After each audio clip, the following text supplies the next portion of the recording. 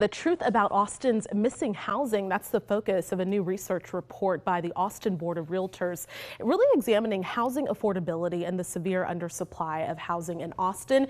Emily Chenevert, CEO of the Austin Board of Realtors, is joining us now to really delve deeper into this report. Thank you so much for being here with us. Thank you for having us, of course. Okay, a lot of data that we have to sift through with this, but just to give our viewers some context at home, this report evaluated housing affordability for two household sizes, 2 and 4 person households, as well as repeat and first-time buyers. What did you find in these findings? What did you find what were the top barriers for people trying to attain home ownership? Yeah, I mean, really, I think we found what our gut has said a long time about the Austin community, that we lack affordability, that we lack the accessibility for our neighbors and friends across the community to access home ownership and unlock the wealth building that can create for them. Okay, and so the data really underscores that there is that undersupply, as we talked about, of homes for buyers earning a certain amount of income. I looked through that data. There's a lot of it. Yes, there is. So what did the findings show about how much individuals or even families need to make in order to really afford a home in our area? And once you look at that, is there enough supply to meet that demand? Yeah, the short answer on the latter of your questions is that no, there's not enough supply. And we've known that our supply has not met the demand that we've had across this region for a long time, for many years.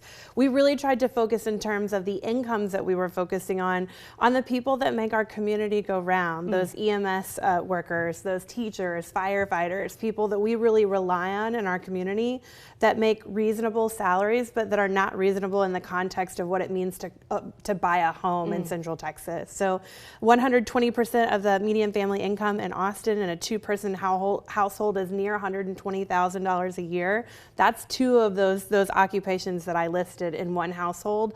That is not reasonably accessible in terms of their ability to buy a home in more than 70% of that income bracket. Okay. And so now you all listed out several recommendations for policymakers.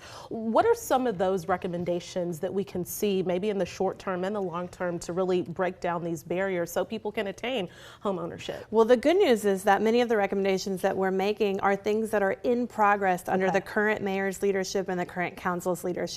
So they have made tremendous efforts this year towards implementing policies that we think will help alleviate this affordability challenge.